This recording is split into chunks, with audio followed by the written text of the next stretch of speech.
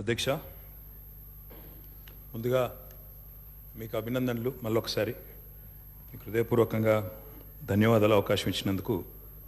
అధ్యక్ష, గవర్నర్ ప్రసంగంలో ఒక మాట అన్నారు, మేము నిర్మాణాత్మకమైన సూచనలకు బేసిజాలు లేకుండా స్వీకరిస్తాము, మా ప్రభుత్వం సాకల్యంగా అన్ని చర్చించడానికి సిద్ధంగా ఉందన్నారు. అధ్యక్ష, మరి ఈ హౌస్లో అధికార పక్షం, ఇక్కడ ప్రధాన ప్రతిపక్షంగా ఉన్నాం, తప్పకుండా ముగ్గురు నలుగురికి అవకాశం ఇవ్వాలని ముందుగా నేను కోరుతా ఉన్నాను. మా తలసాని శ్రీనివాస్ యాదవ్ గారు రెడీగా ఉన్నారు, పల్లా రాజేశ్వర రెడ్డి గారు రెడీగా ఉన్నారు, ఇంకా చాలా సభ్యులు రెడీగా ఉన్నారు. దయచేసి అవకాశం ఇవ్వాలని నేను కోరుతా ఉన్నాను. అధ్యక్ష, మేము ఆశించింది ఒకటి అధ్యక్ష, నిన్న గవర్నర్ ప్రసంగం నుంచి, కానీ అక్కడ వారు నిన్న విన్నది ఒకటి అధ్యక్ష. గవర్నర్ ప్రసంగం పూర్తిగా అసత్యాలు, అభూత కల్పనలు, తప్పుల తడక అని చెప్పడానికి నేను బాధపడతా ఉన్నా. ఇట్లాంటి గవర్నర్ ప్రసంగం వినడానికి ఒక సభ్యుడిగా సిగ్గుపడతా ఉన్నా అధ్యక్ష. ఎందుకంటే ఇంత దారుణమైన అపసవ్యపు ప్రసంగం ఇదివరకు రాష్ట్ర శాసనసభ చరిత్రలో రెండు కూడా విని ఉండవు అధ్యక్ష. ఒక్క మాటలో చెప్పాలంటే అధ్యక్ష, 1000 ఎలుకలు తిన్న పిల్లి కదా తీర్థయాత్రలకు బయలుదేరినట్టు చేయాల్సిన దారుణం అంతా చేసి, ఘాతకాలని చేసి, చాలా అద్భుతమైన ఉపన్యాసం కేవలం 10 సంవత్సరాలు ప్రభుత్వం నడిపిన వాళ్ళ మీద నెపాన్ని నెట్టే ప్రయత్నం ఏదైతే కాంగ్రెస్ ప్రభుత్వం చేసిందో అధ్యక్ష, దీన్ని నేను పూర్తి స్థాయిలో తూర్పారబడుతున్నాను, తప్పుపడతా ఉన్నాను అధ్యక్ష. అధ్యక్ష, ఈ దారుణమైన గవర్నర్ గారి ప్రసంగం చూసిన తర్వాత, గవర్నర్ గారి దారుణమైన ప్రసంగం చూసిన తర్వాత, కాంగ్రెస్ పరిపాలనలో రాష్ట్ర భవిష్యత్తు రాబోయే 5 ఏళ్ళు ఎట్లా ఉండబోతుందో చాలా స్పష్టంగా నిన్న పూర్తి స్థాయిలో మాకు అర్థమైంది అధ్యక్ష, రాష్ట్ర ప్రజలకు కూడా అర్థమైందని నేను అనుకుంటా ఉన్నా అధ్యక్ష. అయినప్పటికీ వాస్తవాలు, ప్రధాన ప్రతిపక్షంగా వాస్తవాలు ప్రజల ముందు పెట్టాల్సిన బాధ్యత మా ముందు ఉంది అధ్యక్ష. కాబట్టి తప్పకుండా అవన్నీ కూడా చెప్తాను అధ్యక్ష. అధ్యక్ష, మా జగిత్యాలకు సంబంధించిన కవి గారు అలిశెట్టి ప్రభాకర్ గారు ఒక మాట అన్నారు అధ్యక్ష. ఒక నక్క, ఇది ఆయన కవితను కోట్ చేస్తున్నాను అధ్యక్ష, ఒక నక్క ప్రమాణ స్వీకారం చేసిందట ఇంకెవరిని మోసగించనండి, ఒక పులి పశ్చాత్తాపం ప్రకటించిందట తోటి జంతువుల్ని సంహరించినందుకు. అట్లా ఉంది అధ్యక్ష. ఒక మాటలో చెప్పాలంటే ఈ గవర్నర్ గారి ప్రసంగం అదే రకంగా అనిపించింది తప్ప అందులో అసత్యాలు, సత్యదూరమైన మాటలు తప్ప వాస్తవాలు మాత్రం ఒక్కటి కూడా లేదు అధ్యక్ష. అధ్యక్ష, నిన్న చాలాసార్లు ప్రస్తావన చేసినారు గత ప్రభుత్వం అంటూ. అక్కడున్నా, అక్కడ ఉన్నా, ఇక్కడ ఉన్నా, ఎక్కడ ఉన్నా అధ్యక్ష మేము ప్రజాపక్షమే, తప్పకుండా తెలంగాణకు ఎన్నటికీ స్వపక్షమే, కాంగ్రెస్ ప్రభుత్వానికి ఎన్నటికైనా విపక్షమే అధ్యక్ష. తప్పకుండా ప్రజల తరపున గొంతు విప్పుతాం. అందుకే గతంలోని వారి పరిపాలన ఎట్లా ఉందో ఒక్కసారి తప్పకుండా అద్దం చూపెట్టవలసిన బాధ్యత ప్రధాన ప్రతిపక్షంగా మా మీదనే ఉంది అధ్యక్ష. అధ్యక్ష, ఎట్లుండే అధ్యక్ష 2014 ముందు తెలంగాణ ఘనత వహించిన వీరి ప్రభుత్వంలో ఎట్లుండే అధ్యక్ష? పడావుబడ్డ భూములు, పాడుబడ్డ ఇండ్లు, ఆకలి కేకలు, ఆత్మహత్యలు. అధ్యక్ష, మైక్ ఇవ్వండి అధ్యక్ష, మైక్ ఇవ్వండి అధ్యక్ష, మైక్ ఇవ్వండి. పడావుబడ్డ భూములు అధ్యక్ష, అందుకే కదా తెలంగాణ తెచ్చుకున్నది. తెలంగాణ ఉమ్మడి రాష్ట్రంలో నిర్లక్ష్యమైంది అనే కదా అధ్యక్ష, ఉమ్మడి రాష్ట్రంలో నిర్లక్ష్యమైంది, మన పట్ల వివక్ష ఉందనే తెలంగాణ తెచ్చుకున్నాం. తెలంగాణ వచ్చిన తర్వాత జరిగిన ప్రభుత్వ కార్యక్రమాల గురించి మాట్లాడుకుందాం. గతం గురించి, గత ఉమ్మడి రాష్ట్రంలో జరిగిన అన్యాయం జరిగిందనే కదా మేము కొట్లాడింది, అందరం కొట్లాడింది. అందుకే కదా ఇవాళ మన దాని గురించి ఎందుకు ఇవాళ మాట్లాడితే తెలంగాణ రాష్ట్రంలో తెలంగాణ ప్రభుత్వం ఏం చేసిందో మాట్లాడదాము. తెలంగాణ ప్రభుత్వం ఏం జరిగిందో, పైన పటారం, లోన లోటారం, ఉపర్ శర్వాణి, అందరు పరిశాని తప్ప ఏం కనబడతలేదు అధ్యక్ష. అనేక సందర్భాలు మా దగ్గర ఉన్నాయి, మొత్తం ప్రభుత్వం ఏమేం చేసిందో చెప్పడానికి కూడా. కానీ గౌరవ ప్రతిపక్ష సభ్యులుగా మాట్లాడాలి. కానీ 50 సంవత్సరాల కింది చరిత్ర, మా తాత మీ చాలా నిమ్మకాయలు పెడితే నడవదు సార్. ఇప్పుడు తెలంగాణ వచ్చిన ఇంకేం జరిగింది చెప్పామనండి అధ్యక్ష. అధ్యక్ష, వారు మొదటిసారి ప్రభాకర్ అన్న మొదటిసారి శాసనసభకు వచ్చిండ్రు, మొదటిసారి మంత్రి అయినారు అధ్యక్ష. కాబట్టి కొద్దిగా తొందరపడకండి అధ్యక్ష, చరిత్ర చాలా ఉంది. తప్పకుండా మా తాతలు నేతులు దాగినరు, మా మూతుల వాసన చూడండి అంటే కుదరదు. కేవలం క్రెడిట్ మాత్రమే మేము తీసుకుంటాం. మేము నాగార్జున సాగర్ కట్టినాం, శ్రీశైలం కట్టినాం, కానీ మొత్తం మిగతాయి మాత్రం అన్యాయం అంతా వేరే ఖాతాలో దోస్తామంటే కుదరదు అధ్యక్ష. బరాబర్ చెప్తాం, ప్రధాన ప్రతిపక్షంగా ప్రజల తరపున బరాబర్ లెక్కలు చెప్తాం. బరాబర్ కాంగ్రెస్ పార్టీ యొక్క ఏమేమి దురాగతాలు ఉన్నాయో అవన్నీ చెప్పవలసిన బాధ్యత మా మీద ఉన్నది. బరాబర్ చెప్తామని చెప్పి కూడా నేను తెలియజేస్తా ఉన్నా అధ్యక్ష. అధ్యక్ష, పడావుబడ్డ భూములు, పాడుబడ్డ ఇండ్లు, ఆకలి కేకలు, ఆత్మహత్యలు, వలసలు, కరువులు, కర్ఫ్యూలు, ఎన్కౌంటర్లు, కరెంటు కోతలు, కటిక చీకెట్లు, నెర్రెలు బారిన నేలలు, నెత్తురు గారిన నేలలు. ఇదే కదా ఆనాటి మీ గొప్ప ఘనత వహించిన ప్రభుత్వంలో ఆనాడు మీరు చూపెట్టిన అద్భుతాలు ఇవే కదా అధ్యక్ష. ఒక్క మాటలో చెప్పాలంటే అధ్యక్ష, వీళ్ళ పాలనలో తాగునీటికి దిక్కు లేదు, సాగునీటికి దిక్కు లేదు, కరెంట్ అనేది అడ్రస్సే లేదు. ఇక ఇది వీళ్ళ పాలన అధ్యక్ష. 50 ఏళ్ళు పరిపాలించి అధ్యక్ష, ఇక్కడ కూర్చున్న సభ్యులు ఆలోచన చేయాలి అధ్యక్ష. రాజగోపాల్ రెడ్డి గారు చేస్తున్నారు. నల్లగొండలో ఫ్లోరోసిస్ తప్ప ఏమిచ్చింది అధ్యక్ష వీళ్ళు? నల్లగొండలో ఫ్లోరోసిస్ తో 1,50,000 మంది నడుములు వంగరబోతుంటే మునుగోడు నియోజకవర్గంలో ఒక్కసారి నాకు ఒక కాంగ్రెస్ సభ్యుడు మాట్లాడిండు అధ్యక్ష.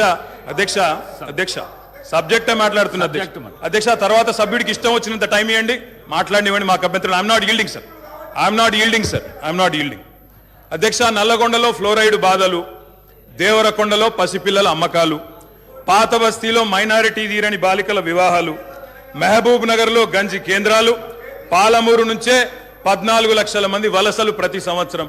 అధ్యక్ష, ముఖ్యమంత్రి రేవంత్ రెడ్డి గారి సొంత నియోజకవర్గం కొడంగల్లో ప్రతిరోజు 2 బస్సులు అధ్యక్ష బొంబాయికి పోయేది. కొడంగల్లో, నారాయణపేటలో, మక్తల్లో ప్రతిరోజులు 2 బస్సులు. అదేవిధంగా అధ్యక్ష, ఆ బస్ స్టాండ్కు పోతే ఆ వలసలను చూసి సలసల కాగే కన్నీళ్లను గారుస్తూ ఆ భార్యా పిల్లల ఏడుపులు. అదేవిధంగా 50 ఎకరాలున్న రైతైనా సరే అధ్యక్ష, తెలంగాణలో ఆనాడు కాంగ్రెస్ పరిపాలన ఎంత గొప్ప పరిపాలన అంటే అధ్యక్ష, మహబూబ్ నగర్లో 50 ఎకరాలు ఉన్న రైతైనా సరే గుంపు మేస్త్రిగా పనిచేసే దుస్థితి అధ్యక్ష. హైదరాబాద్కి వచ్చి కూలీ చేసుకునే దుస్థితి. ఇది వాస్తవం అధ్యక్ష, వారికి కూడా తెలుసు. ఒక్క మాటలో చెప్పాలి అంటే తప్పకుండా చెప్తాం, అన్ని చెప్తాం. గౌరవ అధ్యక్ష కేటీఆర్ గారు చెప్తా గౌరవ కేటీఆర్ గారు ఒక్క నిమిషం, డిప్యూటీ సీఎం గారు మాట్లాడతారు. ఒక్క నిమిషం. అధ్యక్ష, ప్రభుత్వం మారింది, ప్రజలు అత్యంత ప్రజాస్వామ్యయుతంగా తీర్పిచ్చారు. మేము చాలా విషయాల హృదయంతో ప్రభుత్వం తరఫు నుంచి చాలా స్పష్టంగా చెప్పాం.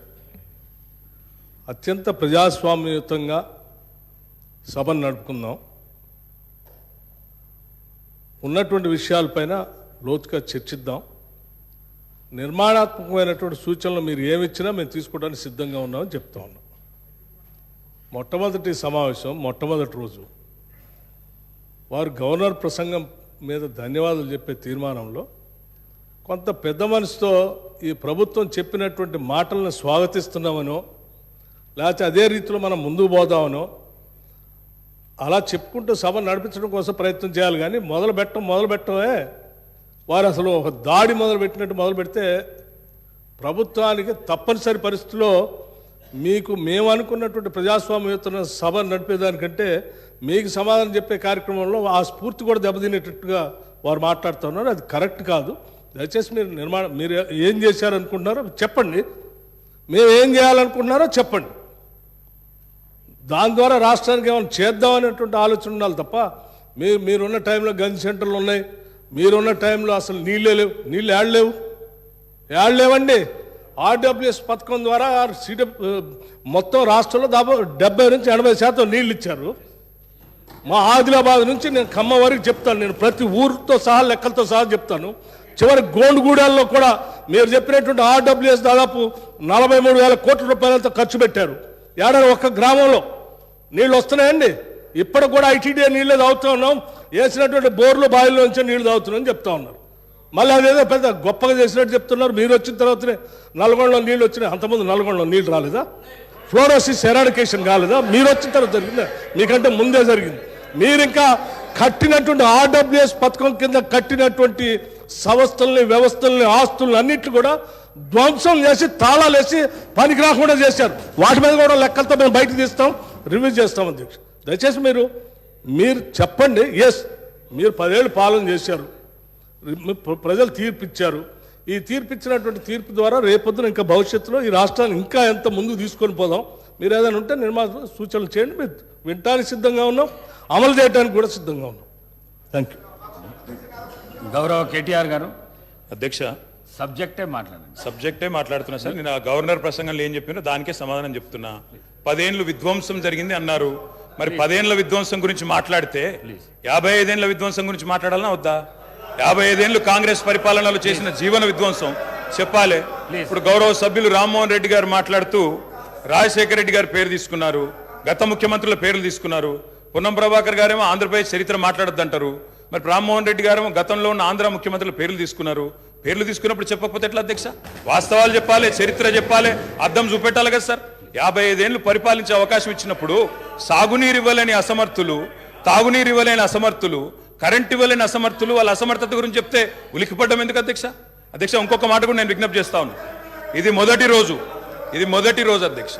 మొదటి రోజే ఇంత ఉలికిపడితే ఎట్లా అధ్యక్ష? మొదటి రోజు ఇంత భయపడితే ఎట్లా? ఒక్కొక్క మంత్రి గారు లేసి అప్పుడే ఉలికిపడి మాట్లాడుతున్నారు. అంత భయం ఎందుకు సార్? అంత భయం ఎందుకు సార్? అధ్యక్ష నిర్మాణాత్మక సూచనలు చేయాలన్నారు భట్టి గారు, వి వెల్కమ్ ఇట్. కానీ మీరు నిర్మాణాత్మకమైన గవర్నర్ ప్రసంగం ఉంటే విధ్వంసంగా ఉండకపోతే వాస్తవాలు చెప్తే మేము కూడా వాస్తవాలు చెప్పేటోళ్ళం. మా అధ్యక్షుడు స్పష్టంగా చెప్పారు, కొత్త ప్రభుత్వం వచ్చింది, తొందరపడకండి, ఒక 3 నెలలు సమయం ఇద్దాం, అట్రఫ్లాప్ అవుతారు ఎట్లాగూ, కానీ 3 నెలలు సమయం ఇద్దాం. ఎందుకంటే అధ్యక్ష చాలా చెప్తా, అవి కూడా చెప్తా. పాపం వాళ్ళ సభ్యుడే వాళ్ళని నిరికిస్తాడు. అధ్యక్ష ఒక్క మాటలో చెప్పాలంటే తెలంగాణలో అధ్యక్ష ఒక్క మాటలో చెప్పాలంటే ఏంది అధ్యక్ష కాంగ్రెస్ పరిపాలన? బొంబాయి, బొగ్గుబాయి, దుబాయ్. ఆనాడు ఇదే కదా అధ్యక్ష. మొత్తం ప్రజలు వలసలు పోయే దుస్థితి, రైతులు మొగులు దిక్కు చేసే దుస్థితి, మొత్తంగా ఆఖరికి ఇవాళ అక్కడ కూర్చున్న ముఖ్యమంత్రి గారి సొంత జిల్లాలోనే గంజి కేంద్రాల అధ్యక్ష. ఇందిరమ్మ రాజ్యం అంటే గంజి కేంద్రాలు, ఆకలి సావులు, ఎన్కౌంటర్లు తప్ప ఏముండే అధ్యక్ష? ఇది గొప్పగా చెప్తున్నారు అధ్యక్ష. ఆ రోజుల్లో ప్రాజెక్టులు కట్టకున్నా, పైసలు తరలించకపోయిన ఆంధ్రాకి మౌనంగా మంగళహారతులు పట్టింది తెలంగాణ కాంగ్రెస్ నాయకులు కాదా అధ్యక్ష? ఆనాడు మేము రాజీనామాలు చేస్తుంటే, గొంతు చించుకుంటుంటే, పేగులు దిగేదాకా కొట్లాడుతుంటే పదవుల కోసం పెదవులు మూసుకున్నది ఎవరు అధ్యక్ష? ఇలా బాగా మాట్లాడుతున్నారు అధ్యక్ష. ఇంకొక మాట చెప్తా ఉన్నా, ఇదే శాసనసభ అధ్యక్ష తెలంగాణ పదం నిషేధిస్తే ఒక్క కాంగ్రెస్ నాయకుడు మాట్లాడిండా అధ్యక్ష? ఇదే శాసనసభలో అధ్యక్ష అక్కడ కూర్చున్న ముఖ్యమంత్రి కిరణ్ కుమార్ రెడ్డి గారు, మా హరీష్ రావు గారు లేచి మాకు నిధులు ఇవ్వరా అని అడిగితే ఒక్క పైసా ఇయ్యా, ఏం చేసుకుంటావో చేసుకోపో అన్నప్పుడు ఒక్క కాంగ్రెస్ నాయకుడు మాట్లాడిండా సార్? ఇలా బాగా మాట్లాడుతున్నారు. పదవుల కోసం పెదవులు మూసిన చరిత్ర ఖచ్చితంగా తెలంగాణ కాంగ్రెస్ నాయకులదే. అందులో రెండో అభిప్రాయం కూడా అవసరం లేదు అధ్యక్ష. I'm not yielding sir. ఎందుకంటే మీరు నాకు రెస్క్యూకి రావాలా. మేము ప్రధాన ప్రతిపక్షం, 39 మంది ఉన్నాం ఇక్కడ. మాటికి ఒక్కసారి ఇంటర్ఫియర్ చేస్తే మాకు కూడా సమయం ఇవ్వాలా. మీరు మాకు కూడా 4 సభ్యులకు మాట్లాడే అవకాశం ఇవ్వండి. మాటికి మంత్రి గారు చెప్పడం ఏందండి? సమాధానం చెప్పలేరా అధ్యక్ష? అంత భయం ఎందుకు? సమాధానం చెప్పలేరా అధ్యక్ష? సమాధానం చెప్పలేరా సార్? వీళ్ళు తర్వాత చెప్పమనండి సార్, మా రిప్లై అయిపోయిన చెప్పమనండి అధ్యక్ష. గౌరవ సభ్యులు అధ్యక్ష సార్ ఇది ఎందుకంటే వెంకన్న ఒక్క నిమిషం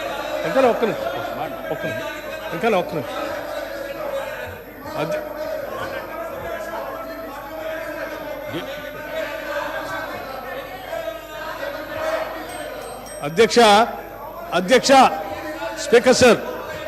స్పీకర్ సార్ గౌరవ్ కేటీఆర్ గారు, బ్రదర్ ప్లీజ్, నేనేం మిమ్మల్ని క్రిటిసైజ్ చేయట్లేదు, కూర్చో, ఒక్కడే నిమిషం. I'm trying to advise you, please I'm trying to advise you, please. నేనేం మిమ్మల్ని క్రిటిసైజ్ చేయట్లేదు, దయచేసి ఒక్క నిమిషం.